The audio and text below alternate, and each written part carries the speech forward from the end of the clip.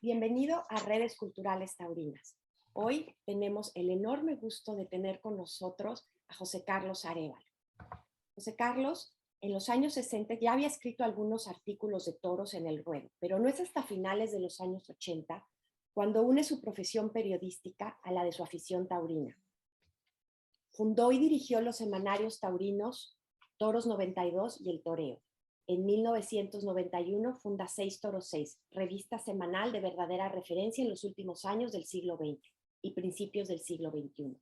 Relanza además en 1997 la revista mexicana Campo Bravo, uniendo las Seis Toros Seis al año siguiente. Ha sido redactor, crítico teatral y corresponsal en París de Cambio 16, también redactor en jefe y director en funciones de Louis. En 1981 es nombrado director de Política Internacional y de la revista Teleradio y ha colaborado en publicaciones como La Estafeta Literaria, Documentos Cinematográficos, La Actualidad Española o Triunfo. José Carlos Arévalo ha escrito como coautor o en solitario varios libros de temática taurina, entre los que destacan Las Ventas, 50 años de corridas, Nacido para morir, Repóquer, temporada taurina 1985, La Guerra Secreta, temporada taurina 1986, El Enigma de Curro Romero, Las Tauromaquias y el Misterio Taurino, Antoñete o el Arte de Torear y El Secreto de Armillita. En el 2020 ha escrito, publicado y editado la obra La Tauromaquia en tela de juicio, argumentos para un informe a la UNESCO, bajo el sello de Altasierra Ediciones. Un ensayo sobre todos los argumentos que elevan a la tauromaquia a rango universal de cultura, escrito con una narrativa culta y extraordinariamente bien argumentada. Ha recogido en esta obra todo el contenido social cultural del toreo, desde las artes y por las artes. Se trata de un argumentario más que novedoso, muy bien estructurado y expresivamente culto en fondo y forma. Una guía para unir dos términos, tauromaquia y cultura. Un detallado recorrido por la significación de la tauromaquia desde el punto de vista sociológico, cultural y artístico. Bienvenido, José Carlos. Muchísimas gracias por estar con nosotros. Y pues, empezando un poco, queremos abrir con el tema La tauromaquia es cultura. ¿Qué es cultura y qué es tauromaquia? Bueno, la cultura actualmente es un mantra que legitima todo en cuanto se invoca la palabra cultura. Cultura es todo lo que hace el hombre más allá de sus instintos. Eso es lo que yo creo que es cultura. Hay culturas positivas, hay cosas positivas, llamarlas culturales es positivo, y hay cosas que son negativas. Por ejemplo, pues los sacrificios humanos en algunas religiones, por ejemplo en vuestro país, pues eran hechos culturales, pero no muy legítimos, nada legítimos. La ablación femenina en estos momentos en algunos países, pues es una barbaridad y es un hecho cultural. O sea que la cultura no es una carta de legitimidad para ninguna manifestación, para ningún fenómeno humano. Sin embargo, convengamos que la cultura forma parte del acervo humano de una manera determinante y cualificante, ¿no? Entonces, yo creo que la tauromaquia es cultura por muchas razones. Para no quedarnos en el planteamiento de lo que es cultura, sino para admitir comúnmente que la tauromaquia es un hecho cultural, yo he pensado, me he ceñido siempre a tres vectores que determinan la contemplación de una corrida de toros. Yo creo que en una corrida de toros hay una lectura etológica, hay una lectura mítica y hay una lectura artística, que se van sucediendo simultáneamente a lo largo de toda la lidia. La lectura etológica, pues la etología es el conocimiento de los sentimientos del animal, ¿no? De los sentimientos instintivos del animal.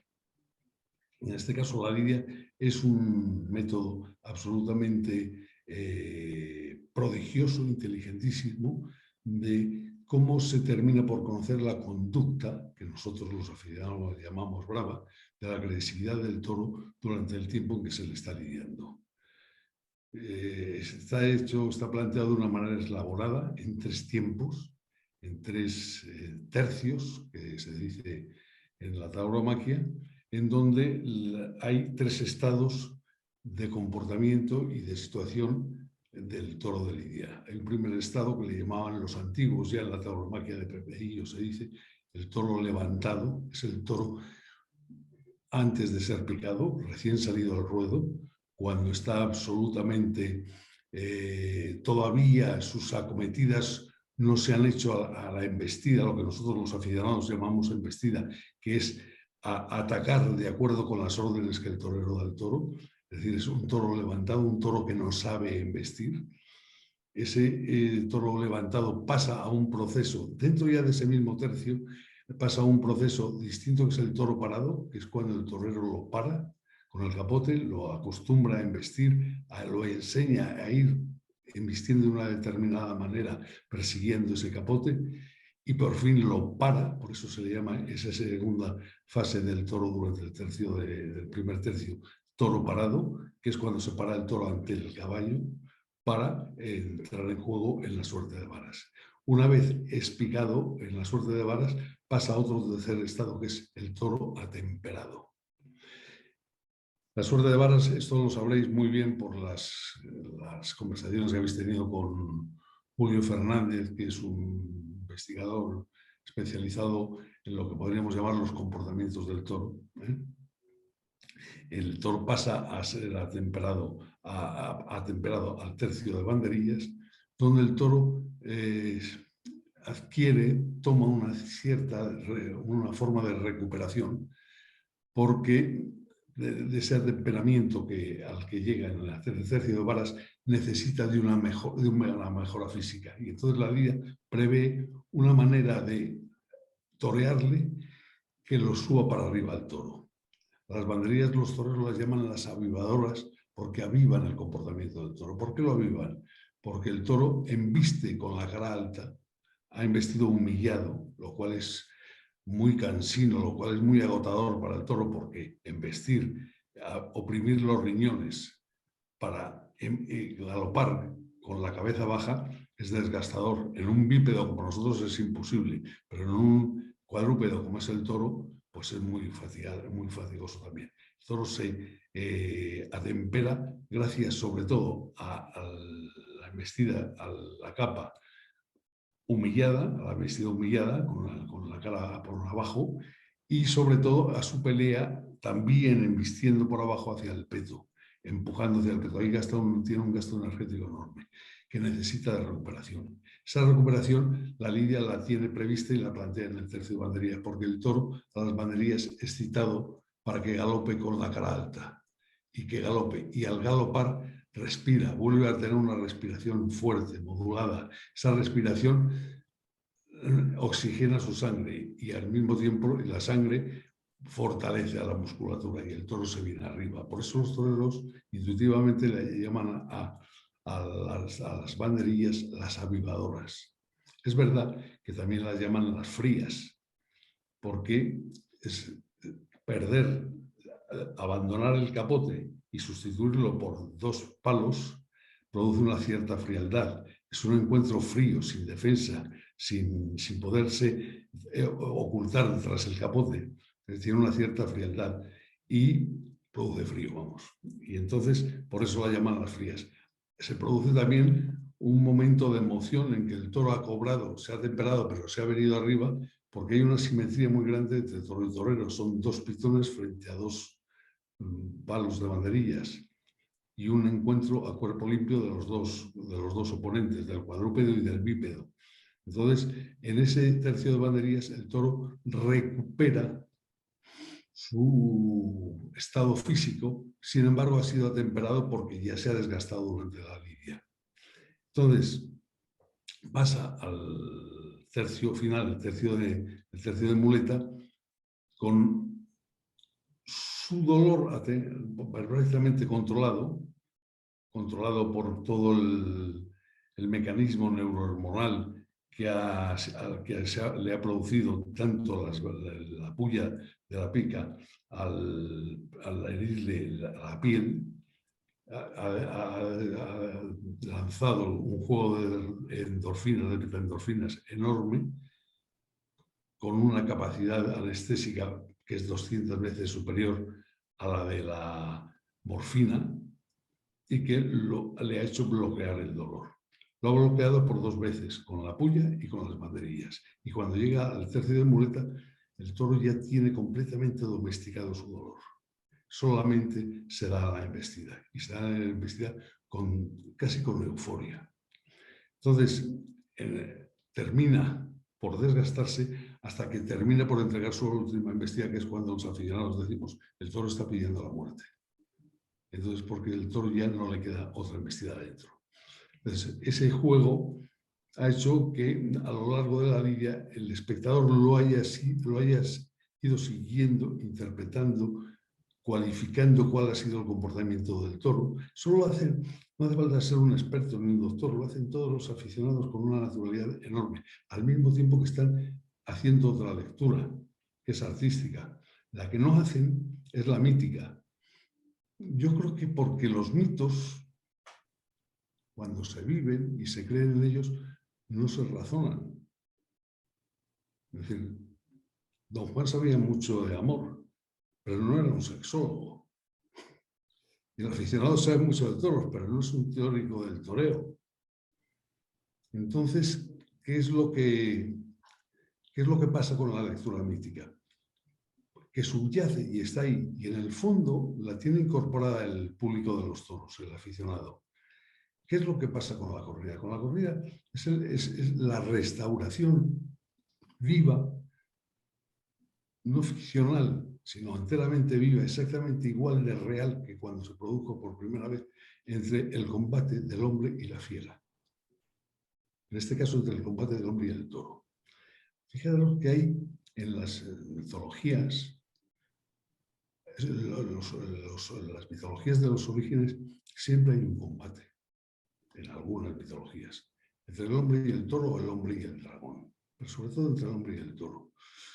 Por ejemplo, cuando Gilgamesh, el héroe sumerio, es reconocido como rey de Sumeria, el toro rey de Sumeria, es porque lidia a un toro, porque pelea, combate a un toro que le envía la diosa Istar, que es una diosa vengativa, que está celosa porque no ha querido nada con ella Gilgamesh, y entonces le envía el toro Istar al cual Gilgamesh vence.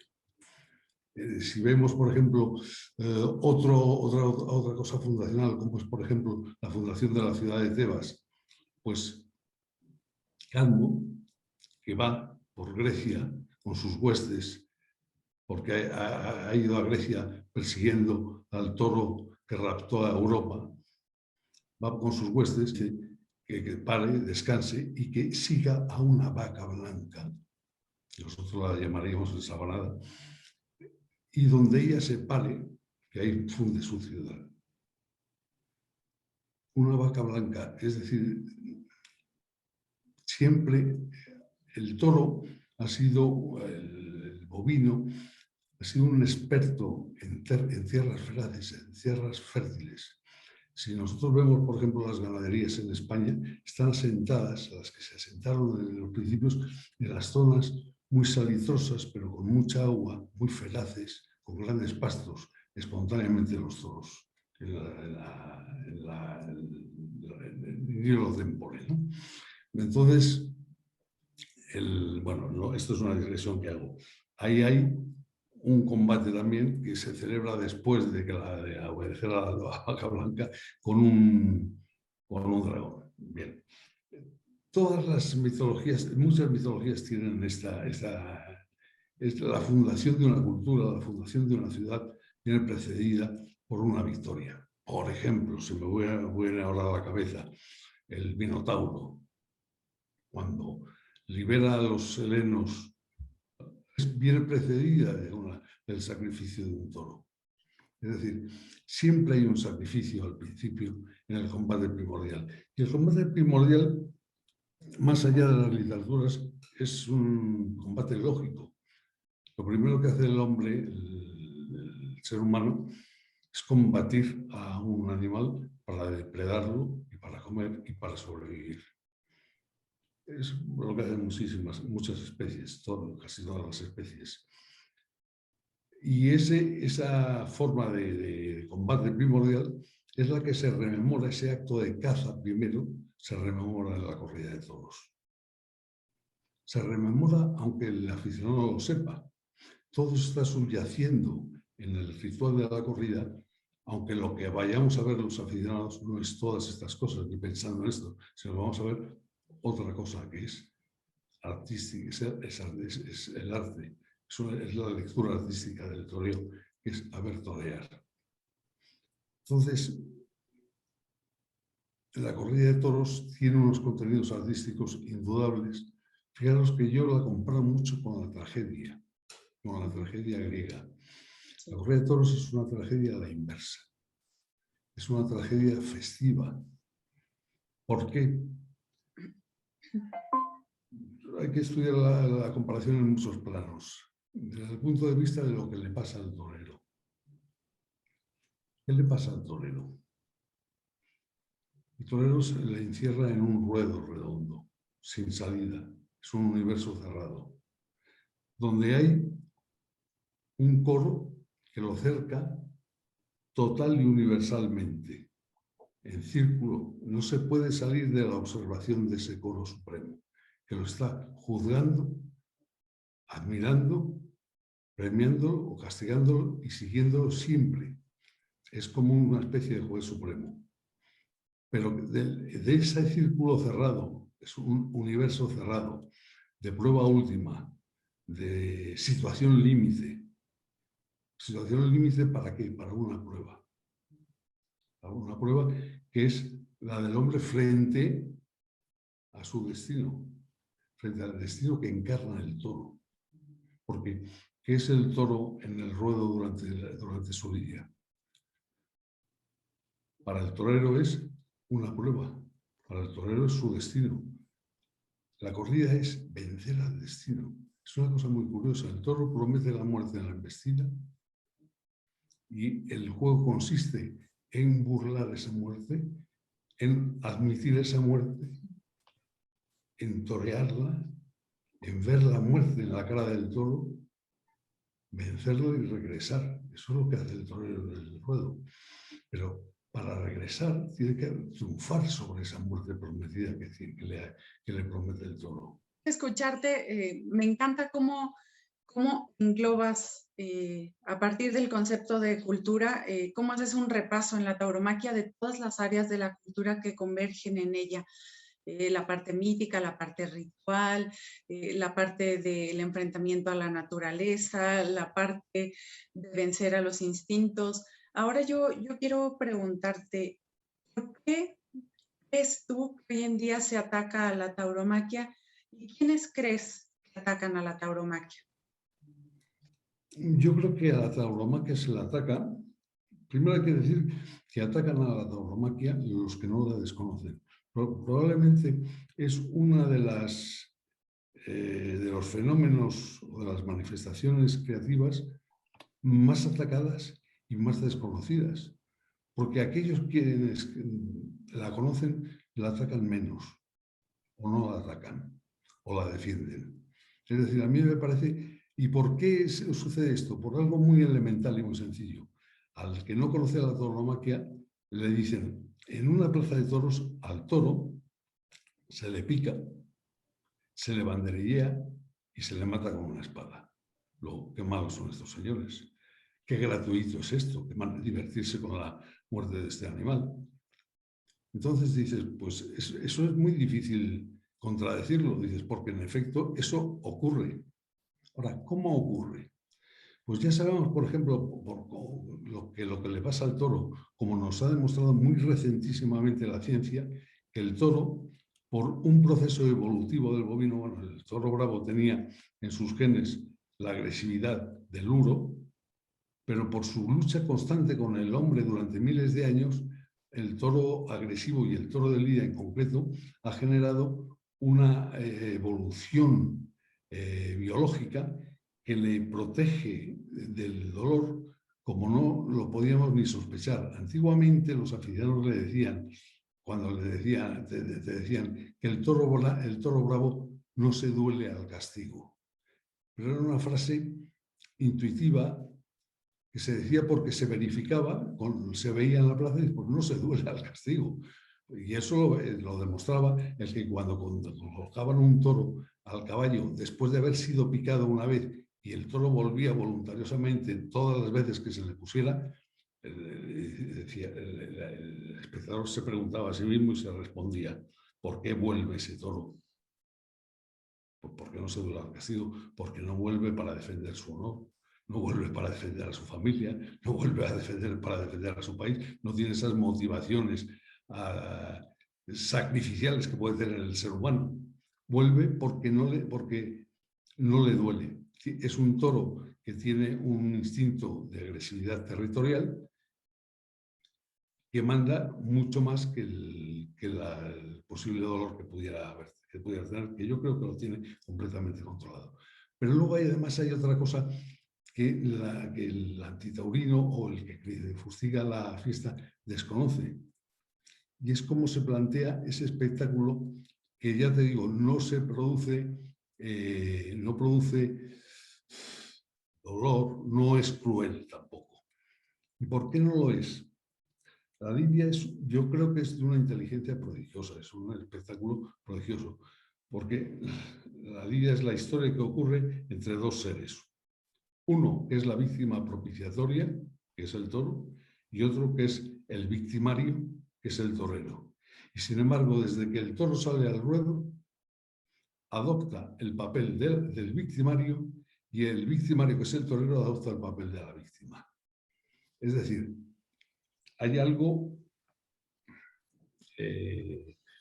muy curioso, y es que para torear, el torero tiene que admitir que le llegue hasta la misma frontera de la cornada casi, que es en el momento en que actúa el toreo, la violencia del toro. El torero tiene que admitir la violencia del toro. Y admitiendo la violencia del toro, la torea.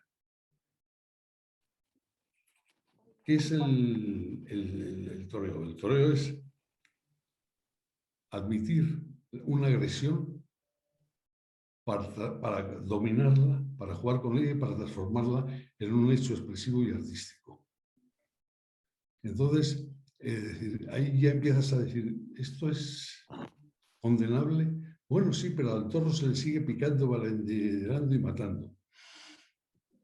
Sí, pero hemos dicho que con esas salvedades de las que hemos hablado antes, con respecto a lo que el toro siente durante la lidia. Pero luego además hay otra cosa, y es que la situación hombre en peligro en que se sumerge el torero nos lleva hacia un mundo muy antiguo y muy atávico, que provoca una actitud frontal, coral, de todos los que contemplan ese hecho, que es una actitud de solidaridad. Yo lo llamo como una especie, como una ley, digo, es una ley natural, instintiva, previa incluso a la cultura, que es una ley de solidaridad específica, de solidaridad de la especie, que se produce en muchas razas mamíferas y desde luego de una manera absoluta en la raza humana, que es la solidaridad del grupo con un semejante en peligro. En la corrida de toros hay un hombre en peligro que nos representa a todas las personas, todos los humanos que estamos en la plaza, y es el torero. Ese torero está ante el peligro que le ofrece el toro. El toro es un emisor constante del peligro. ¿Qué es lo que pasa? ¿Cómo puedes sentir el miedo por identificación, por solidaridad, que te transmite la situación de tu semejante en peligro y al mismo tiempo crueldad? Dos sentimientos psicológicamente imposibles de sentir al mismo tiempo: el miedo y la crueldad. Me parece que yo creo que la corrida de toros está absolutamente ausente de crueldad. Cuando esos enemigos a la corrida, a los que tú hacías mención, la acusan de tortura, yo creo que están absolutamente equivocados. La tortura es la violencia que ejerce un victimario impunemente sobre una víctima indefensa, maniatada, que no se puede defender y que es solamente receptora de la violencia. ¿Qué es el torero? El torero es el receptor de la violencia del toro. Por supuesto que ni él, ni el torero, ni el toro están maniatados, pero es el receptor de la violencia de ese toro. Asume esa violencia y con ella juega, y con ella crea un determinado lenguaje artístico que es con el que se comunica con el coro. Hay una posición muy parecida por parte del público de los toros con respecto a la acción a la que tenía el público del coro trágico, de la tragedia griega. Es decir, la gente cuando iba a ver una tragedia en Grecia, en Atenas, iba a ver la representación de algo que ya sabían. Ya sabían de qué iba aquello. Las tragedias están basadas en mitos. Y lo que iban a ver era la versión que cada autor hacía de un mito que ya era conocido. Cuando los aficionados vamos a los toros, también sabemos lo que vamos a ver. No nos tienen que contar el argumento de la película, no lo sabemos. Sabemos cómo es la corrida, cómo tienen los tres tercios, qué lances y qué pases se dan. Lo que vamos a ver es cómo se interpreta eso que ya sabemos. Es decir, es muy parecido. Hay un diálogo constante del tendido, del coro, con el ruedo, que se puede manifestar a través del silencio, del grito, del aplauso, de la ovación y del ole. El ole es una expresión muy curiosa. Es una expresión, yo creo que de origen semítico, porque empecé a pensarlo cuando hice el servicio militar en el Sáhara y estaba con grupos de saharauis, de nómadas del desierto, hacían fiestas y cuando el bailador o la bailadora expresaban, o el cantador o la cantadora expresaban, llegaban a tocar un determinado sonido, lo que llamaba García Lorca un sonido negro de que te llega a las entrañas, entonces decían Alá, Alá. Y decía, un poco parecido a la palabra, a la designación de la palabra Dios en árabe. Los judíos decían hola cuando el sacrificio del animal que habían sacrificado, el humo del sacrificio, eso ascendía hacia el cielo. Bueno, eso lo he leído en Marcel Mauss, pero no lo he visto. Lo que sí vi fue aquellas fiestas en el desierto, ¿no? Y cuando en los toros surge ese chispazo, esa revelación de... Porque mira, hay muletazos o hay pases que los ves y dices, están bien dados, pero no producen ole. De repente hay muletazos que producen ole. Y ese ole que llega a cada uno de nosotros individualmente y que es percibido por cada uno de nosotros con toda nuestra subjetividad, sin embargo, esa percepción individualizada se produce en el mismo instante en miles de personas, que sin que nadie les dé la orden de decir, digan ustedes ole, no es un director de orquesta que lo está diciendo, instantáneamente, en el momento en que surge el estallido, empiezan a pronunciar la palabra y lo terminan cuando termina el estallido. Es decir, se convierte en una especie de aprobación objetiva. Es la suma de miles de subjetividades, de las miles de personas que lo han percibido, que se han puesto en esos momentos de acuerdo sin decírselo a nadie, sin confabularse nadie con nadie, y han expresado esa aprobación absolutamente mágica. Es una especie de grito que está entre la palabra y el llanto o el canto, ¿no? Es una palabra que va más allá de la palabra, es algo realmente misterioso lo que sucede en las plazas. Luego, para ya los aficionados que hemos viajado un poquito, hay diferentes olés. El ole, por ejemplo, de la Plaza México no tiene nada que ver con el ole de la Plaza de Madrid, ni con el ole de la Plaza de Sevilla, que a su vez no tiene nada que ver con él, porque tienen una pronunciación distinta. Por ejemplo, en México, en Madrid se dice ole, y en México se dice olé. En México se dice olé, acompaña más, porque en México el muletazo suele ser más lento y es más arrastrado. es una palabra casi cerrada, mientras que en Madrid es una palabra abierta. Oye, José Carlos, y oyéndote verdaderamente te das cuenta de tanto que hay que enseñar hacia afuera sobre el mundo de la tauromaquia. Me gusta que tú insistes mucho y con quien hemos hablado nos dicen hay que enseñar la tauromaquia, ¿no? Y hay que mostrarla hacia el mundo porque es algo que se ha malinterpretado, que se ha usado de distintas formas, la han manipulado, han dicho cosas que no son ciertas. Ahora con la pandemia nos hemos dado cuenta que tenemos que salir al mundo, es un poco lo que estamos haciendo aquí en Redes Culturales Taurinas, que es mostrar la tauromaquia. Tú has iniciado ya una página web con distintos artículos, mostrarla hacia afuera. ¿Cuáles son los retos que tú crees que hoy en día los que somos taurinos enfrentamos hacia el mundo exterior? Que es decir, dar a conocer todo este mundo que nos has descrito maravilloso, como dices, lo conocemos adentro, pero hay que enseñarlo, hay que mostrarlo. ¿Tú cómo ves hoy en día los retos que enfrentamos hacia el mundo exterior para defendernos y para enseñar un mundo tan maravilloso como es el mundo de la tauromaquia? Yo creo que las acciones tienen que estar en dos campos. Uno es el de dentro de la tauromaquia, desde dentro, y otro es las personas que piensan en lo que es la tauromaquia para comunicarlo al exterior. Pero la tauromaquia, como más se defiende, es cuando es magnífica, cuando es absolutamente... Mira, no hay taurinismo que valga en una tarde de José Tomás o de Morante. No hay. No pasa. Lo único que ocurre es que estamos un poco fuera de época. Para bien. Quiero decir que nosotros estamos viviendo una época virtual, en donde el soldado ya es, todos los soldados son valientes, ya no hay soldados cobardes. ¿Por qué? Porque los soldados van a ser drones. Los drones son máquinas y por lo tanto no tienen miedo.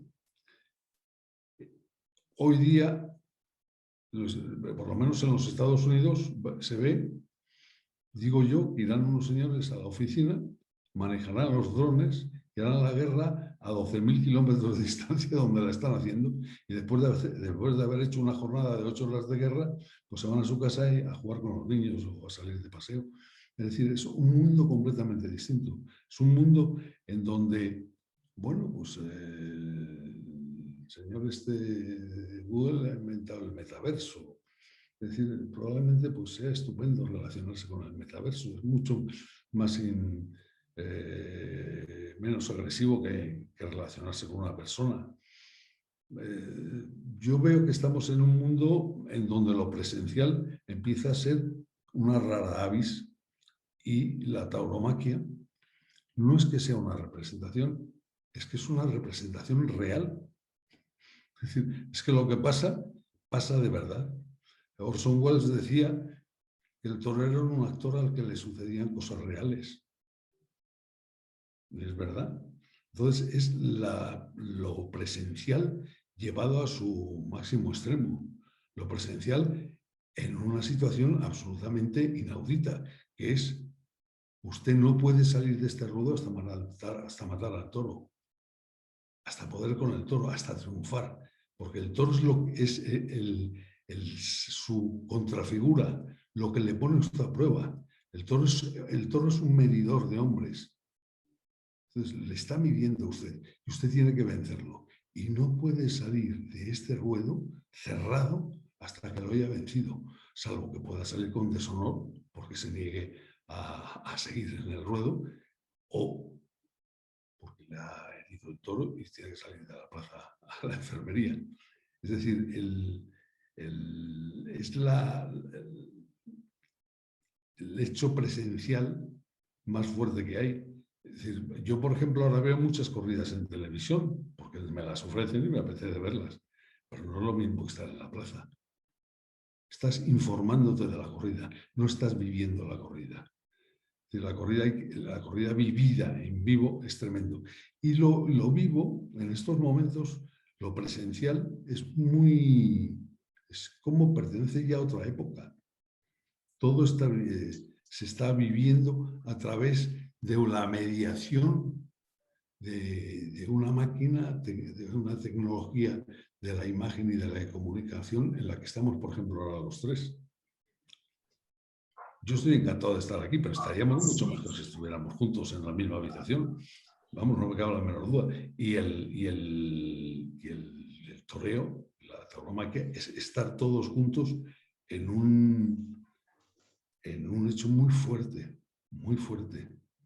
en donde hay una participación realmente extraordinaria que no la tiene ningún otro espectáculo o obra dramática. Hay que pensar, por ejemplo, en un partido de fútbol, tú puedes ser de un equipo, pero si el equipo contrario mete 3 goles y el tuyo mete 1, ese es el resultado.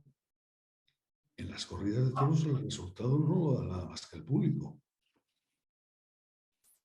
El resultado dice, el público dice, a este 2 orejas, a este bronca, a este una oreja, a este una vuelta al ruedo. Yo doy los resultados. Yo soy el juez supremo. No hay nada más tremendo que eso. En ningún espectáculo se da ese final. Es decir, ¿por qué no es violento el público de los toros? Porque es muy activo. No tiene tiempo para la violencia, porque la violencia la produce, es el exutorio de salir violentamente porque tú no pintas nada allí. Si tú vas a una carrera de caballos, va a ganar el caballo que más corra, pero tú no tienes ahí nada que hacer. Ni tienes nada que hacer en un partido de fútbol, donde tienes que hacer, porque estás interviniendo y dialogando constantemente, es en una corrida de toros, donde hay 3 actores. El toro, el torero y el público. Ahí hay una participación enorme. Y el hecho de participar de la corrida hace que el público de los toros no sea violento, por ejemplo. No hay violencia en los toros. Pero bueno, podría ser que haya como cierto grado de violencia, pero a mí me interesa mucho hacer una precisión y que una cosa es la violencia que pueda ser parte del ritual y otra que no hay agresividad. Nunca se busca agredir al toro y por eso también el público no nos agredimos unos con otros. Y que para hablar de tauromaquia con seriedad, con objetividad, teníamos que recurrir a esos 3 elementos, la ciencia, la razón y la evidencia. Para mí son las herramientas fundamentales que tenemos hoy los taurinos para poder no solamente hablar de tauromaquia, sino defenderla. ¿Qué otras herramientas o estrategias crees que tenemos los taurinos para poder hablar de tauromaquia, enseñarla, como bien dijo María Ángeles, y defenderla? Yo vuelvo a lo que he dicho antes. Hay una estrategia que es explicar qué es la tauromaquia, desentrañarla como hecho teatral. La tauromaquia es un arte escénico. Si hay un escenario que es el ruedo, hay unos actores, hay un coro. Es decir, la tauromaquia hay que explicarla y entonces hay que desentrañarla en todas sus fases. Es decir, la fase de la ciencia tiene mucho que explicar con respecto a los comportamientos del toro, con respecto al sentido que tiene la lidia. Por ejemplo, hay que pensar que la lidia lo hace muy bien, equilibra muy bien. Es decir, la tauromaquia es admisible porque se basa en una situación límite para el ser humano, que es la del hombre en peligro de muerte. ¿Y cómo resuelve esa papeleta? Pero como el toro se va desgastando a medida que la lidia va sucediendo, podría darse el caso de que pareciera que el hombre no está en peligro, con lo cual ya todo ese equilibrio de valores se desmontaría.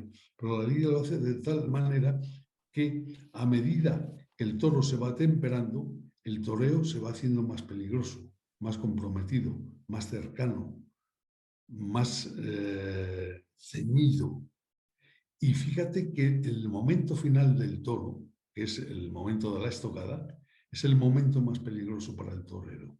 Es decir, son 2 curvas que van invertidas. El toro va descendiendo por su temperamento, en su agresividad, y el toreo va ascendiendo en su peligrosidad hasta llegar al punto máximo de peligro, que es precisamente la muerte del toro. Siempre está equilibrando esas dos líneas. ¿Por qué? Porque no puede la corrida de toros manifestar nunca que lo que el hombre hace al toro lo hace con impunidad. Nada de lo que el hombre hace al toro lo hace impunemente. Para hacer cualquier cosa con el toro, el precio de hacérsela es poner tu vida en riesgo. Entonces, eso yo creo que ahí estriba la ética del juego del toreo, de la lidia. ¿Cómo explicar esto? Pues hay que buscar, hay que tener la habilidad, cada cual que nos la ingeniemos como podamos, para poderlo comunicar. Bien es cierto que esto no te lo dejan comunicar los medios de comunicación, porque ya están contaminados, por decirlo de una manera suave, por el relato animalista, que es feroz. Pensar que ahora mismo, por ejemplo, en España, por ejemplo, hay 4 millones de bovinos. Hay 4.000 millones, hay 4 millones de bovinos que se matan al año cerca de 900.000 bovinos en matadero industrial, en muerte seriada, anestesiada, lo que tú quieras, pero con el estrés del toro absolutamente galopante, sin poderlo liberar a través de la acción y de la lucha. Son muertes pasivas que se reciben. Ten en cuenta que en la lidia el toro, el instinto de lucha supera el instinto de conservación, es decir, lo anula el instinto de conservación, se impone el instinto de lucha. En cambio, en la muerte del animal, de los toros en el matadero, el instinto de conservación se dispara y no es compensado por nada, simplemente porque lo adormecen al toro un poco. Es decir, yo no me quiero criticar los mataderos industriales, porque yo siempre he pensado que el matadero industrial está en equilibrio con el crecimiento demográfico de los seres humanos. Es decir, la civilización industrial provoca concentraciones demográficas tremendas en las ciudades, se crean las megaciudades, y para alimentar a las megaciudades, pues es lógico que los animales estén también en megagranjas o en macrogranjas.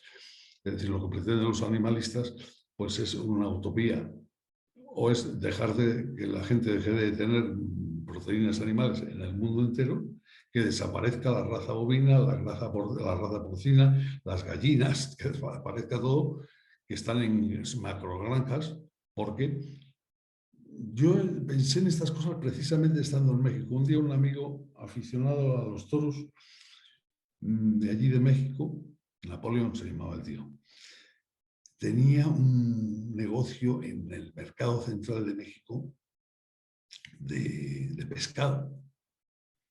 Y fui a verlo, pero vi aquel mercado y me quedé anonadado, porque eran toneladas y toneladas y toneladas de comida. Y entonces pensé, es que hay que dar a millones y millones de personas que comen todos los días de comer. Entonces, ¿cómo se les da de comer? Pues tiene que haber macrogranjas y tiene que haber macroexplotaciones intensivas de bovinos, pues para que la humanidad, esa humanidad creciente y concentrada demográficamente, coma.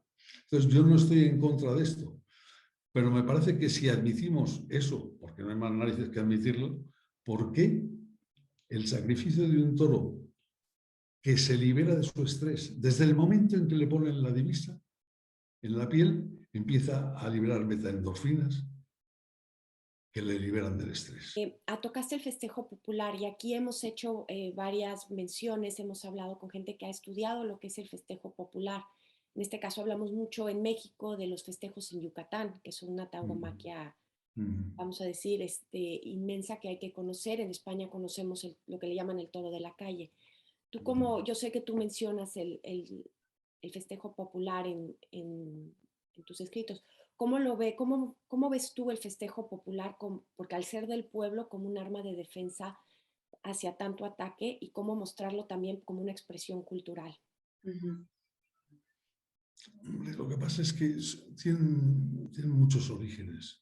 Por ejemplo, en las fiestas de Soria, de San Juan, pues yo creo que tienen un origen totémico, porque fíjate que a los mozos que más se distinguen por su destreza, valentía, arrojo con los toros, en las particiones que hacen del toro después de sacrificarlo, porque después hay una comida con la carne del toro, los testículos son los que van para el que mejor ha actuado, las criadillas, que son deliciosas. Es decir, eso tiene un origen, eran fiestas, hay que pensar que, por ejemplo, las fiestas, muchas de las fiestas originales, que son milenarias, del toro en la calle, eran las fiestas de bodas.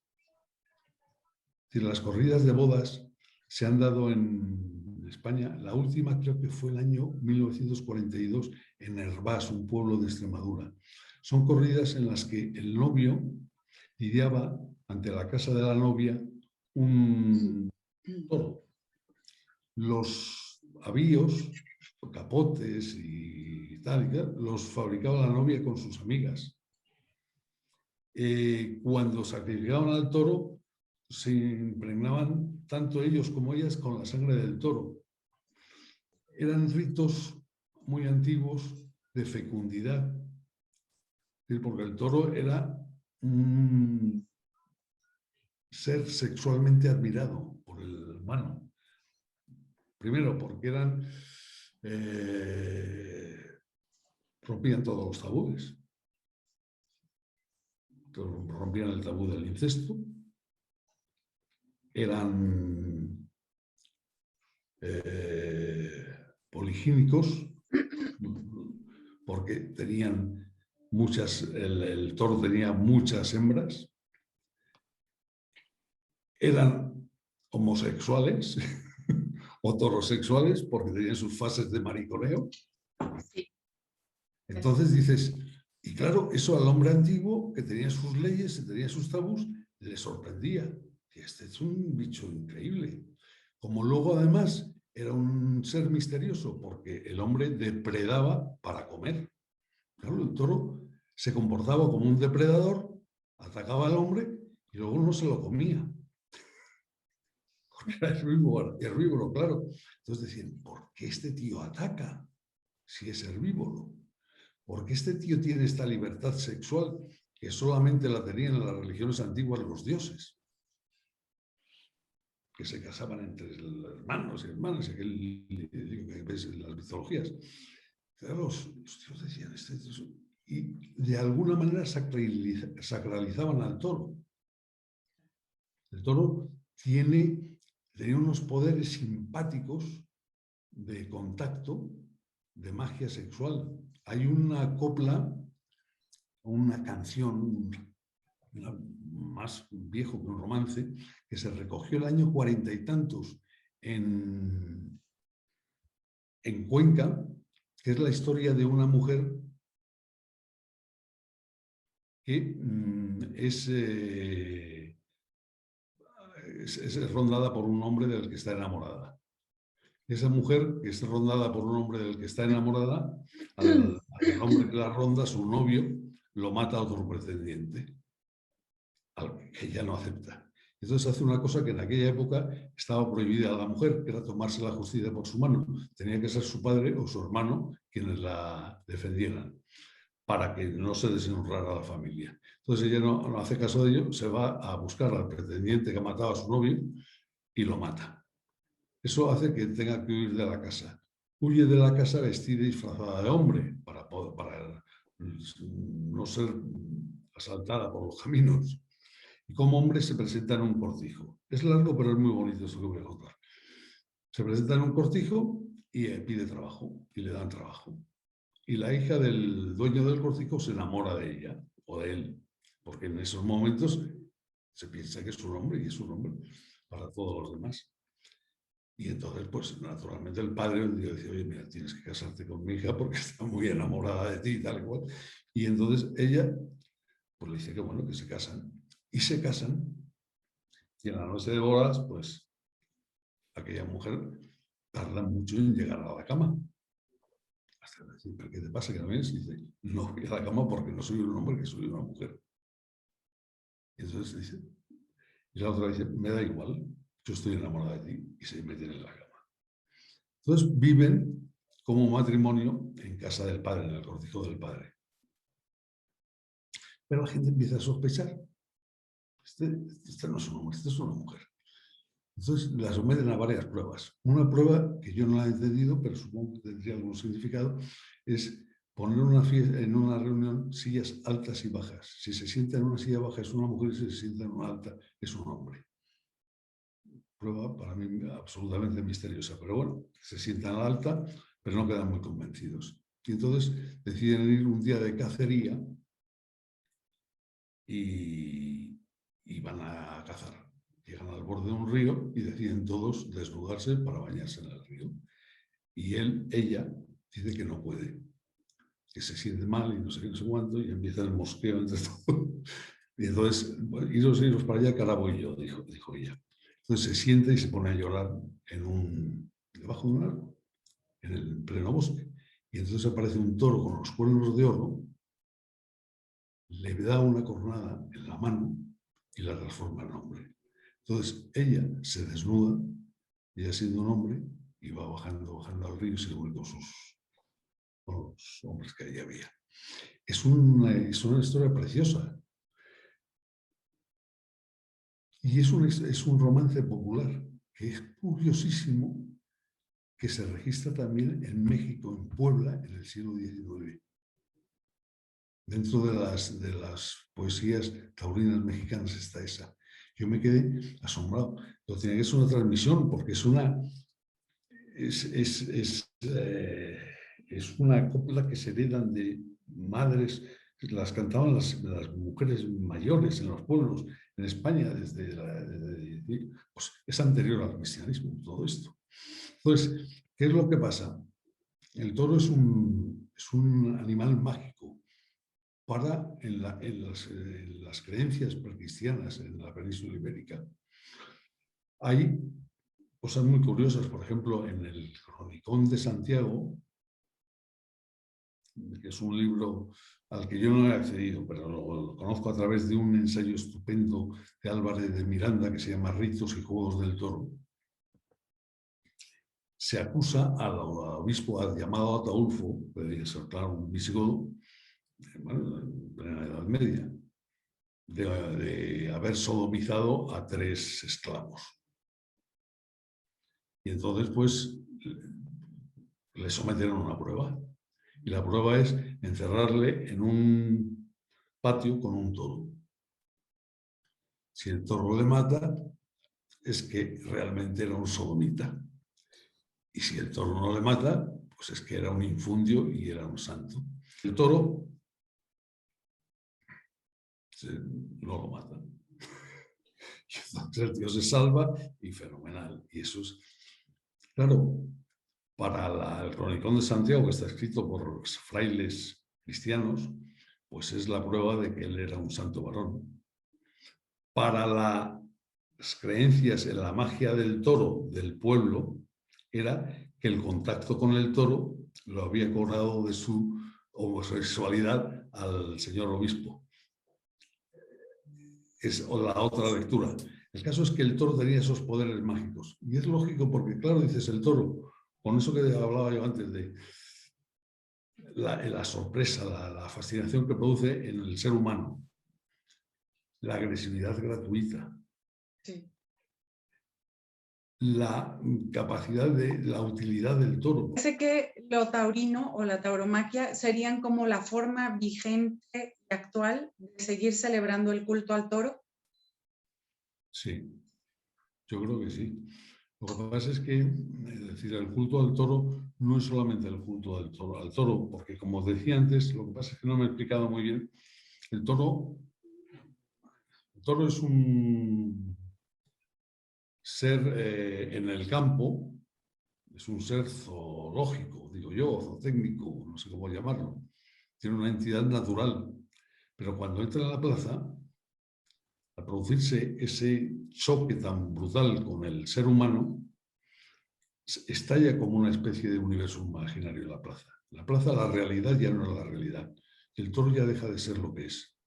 Es decir, hay una antropomorfización del toro muy curiosa. El toro es un ser imaginario. Al toro le llaman noble, le llaman asesino, le llaman avisado, le llaman enterado, le llaman hermanita de la caridad, le llaman de mil cosas, pero son todo apelativos humanos. Es decir, el toro tiene, fíjate la importancia, es un ser imaginario porque es un ser creado por las sensaciones que nos provoca. Ten en cuenta Claro, y como que cumple un rol especular con el hombre, ¿no? El hombre se espejea en el toro. el hombre es medido por el toro. Es decir, el toro, cada vez que sale un toro a la plaza, somete al torero que lo tiene que torear a una prueba. Y esa prueba la vamos a medir, la vamos a puntuar, vamos a ver si ha estado a la altura. Y el toro se plantea, por tanto, para el hombre como su destino. En el ruedo, durante el tiempo en que dura la lidia, el destino del hombre es el toro. Y cómo se comporte el hombre ante su destino, así va a ser valorado durante la lidia. Es decir, el toro es un ser absolutamente imaginario. Un ser imaginario al que se tiene un respeto enorme. Piensa que el toro,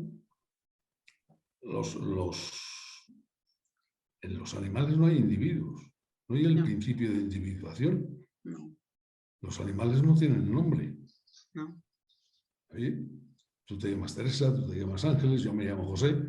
Tenemos nuestros nombres, somos individuos por separado con una identidad claramente intransferible. Los toros también. Los toros, todos los toros, los toros y las vacas, todos tienen nombre, su propio nombre. El nombre le viene dado por la madre, por línea matrilineal. Es decir, el toro, por ejemplo, el toro que le llaman flautista, pues probablemente sea hijo de una vaca que se llamaba Música. Todas las reatas, las familias, tienen el nombre, viene dado por la madre. Luego el toro tiene nombre propio, tiene reata, que es su familia, como el ser humano. Tiene patria o tribu, como el ser humano, que es la ganadería. Es decir, el toro tiene nombre propio, familia con nombre y tribu, o reata, o lo que quiera llamar, que es la ganadería. Es decir, es un animal muy, muy, muy, muy diferente. Es decir, es un animal con un rango superior en su animalidad que le viene dado por eso que le pasa en la plaza. Es decir, y en la plaza lo que se produce es una suerte de transformación, de metamorfosis. Podríamos decir que el toro tiene alma y el alma es su bravura. Hay diferentes clases de bravura. Entonces, y eso es lo que califica y lo que el público ve. Es que en la Plaza de Toros pasan cosas apasionantes. Lo que pasa es que como las hemos vivido desde que somos pequeños, pues no las realizamos. ¿No? Pero, es decir, que el toro tenga nombre, pero desde hace muchísimos años, tú puedes seguir la familia de todos los animales bravos vivos que hay en el mundo durante generaciones hacia arriba. Por lo menos hasta casi principios del siglo XIX en donde se empiezan a catalogar estas cosas. Hay una pregunta muy interesante que no me la he hecho siempre y que no me la puedo responder nunca, y es por qué en el siglo de la Ilustración, en el siglo de las luces, de la razón, se produce un método racional, que es la tauromaquia. Que pensar, la tauromaquia es la enciclopedia del toreo, y las primeras tauromaquias se escriben a finales del XVIII. Cuando se escribe la gran enciclopedia de Diderot en Francia, y cuando es el siglo de la razón. En ese siglo de la razón se empieza a razonar el juego de los toros, pero se produce un maridaje entre una realidad mítica, que es el toreo, y una forma, un maridaje entre mito y razón, y un método de torear al toro. ¿Por qué en esa época se crea algo que es esa fusión que yo digo entre mito y razón, que es la lidia? ¿Por qué eso sucede en el siglo XVIII? Eso es una pregunta muy difícil, vamos, que yo no soy capaz de responder, pero que nos aboca a pensar que estamos en estos momentos sufriendo el ataque de algo muy importante, que es la corrida de toros. La corrida de toros, como decía Federico García Lorca, es la fiesta más culta que hay en el mundo. Y es verdad, no es una frase, no es un eslogan simpático y halagador para los que queremos este mundo, sino que es cierto. Oye, José Carlos, ha sido de verdad un placer escucharte. Yo creo que mientras más te oigo, más creo que hay tanto que enseñar y tanto que mostrar. Queremos invitar a todo el mundo que también visite tu página web, entretoros.com. Es una delicia leer tus editoriales, lo que enseñas, y nosotros no tenemos más que agradecerte enormemente todo lo que nos has platicado. Ojalá podamos tener una segunda parte. Te damos las gracias por estar aquí con nosotras, por oírte, y siempre será un placer tenerte aquí más adelante. Muy bien. Muchísimas gracias, José Carlos. Nada. Hasta pronto.